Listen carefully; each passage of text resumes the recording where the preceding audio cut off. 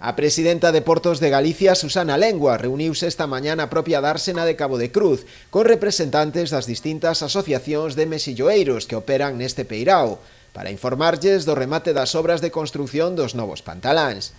A partir de hoxe, os usuarios que o desexen xa poden solicitar unha das 100 novas prazas de amarre coas que conta este porto. Por fin hemos culminado un proyecto que se empezó en el 2009, que la Xunta empezó en el 2009, en el puerto de Cabo de Cruz, y completamos con la última fase, que es la puesta en servicio de los pantalanes de acuicultura, con 100 plazas nuevas que ya están todas distribuidas, excepto algunas que quedan libres y que dan servicio al sector. Lo que hemos conseguido es dar mayor seguridad a los usuarios, el mejorar el servicio y el optimizar la superficie de la dársena que tenemos. Se ponen en servicio los pantalanes.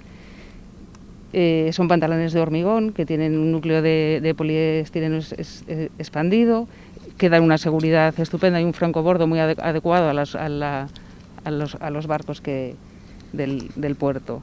A Consellería do Mar, promotora das obras, investiu nesta actuación uns 5 millóns de euros. Dende o ano 2009, no Porto Crucense realizáronse actuacións que supuxeron un investimento superior aos 19 millóns de euros.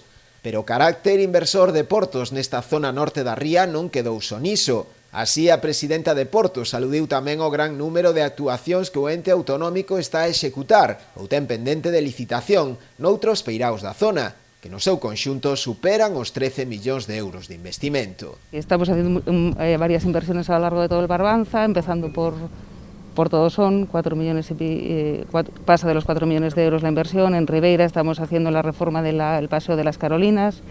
Acabamos de firmar el contrato para la reordenación de la lámina de agua del puerto de Ribeira. Vamos a sacar a licitación en breve la mejora de las defensas para los atraques de los barcos del puerto de Ribeira. Adjudicaremos próximamente los nuevos departamentos para los usuarios pesqueros. En total nos vamos a una inversión de 13 millones de euros en la ría en el Barbanza en este momento. Ahora. Sí, entre la que está prevista, se está ejecutando en ejecución o en licitación, estamos en 13 millones de euros.